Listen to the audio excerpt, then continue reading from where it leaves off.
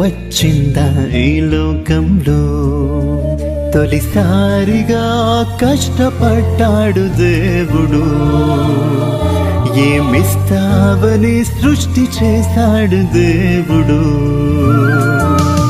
ఎన్ని రోజులో తెలుసా కష్టపడిన రోజులు, విశ్రమించాడనంటే కష్టపడ్డాడు దేవుడు.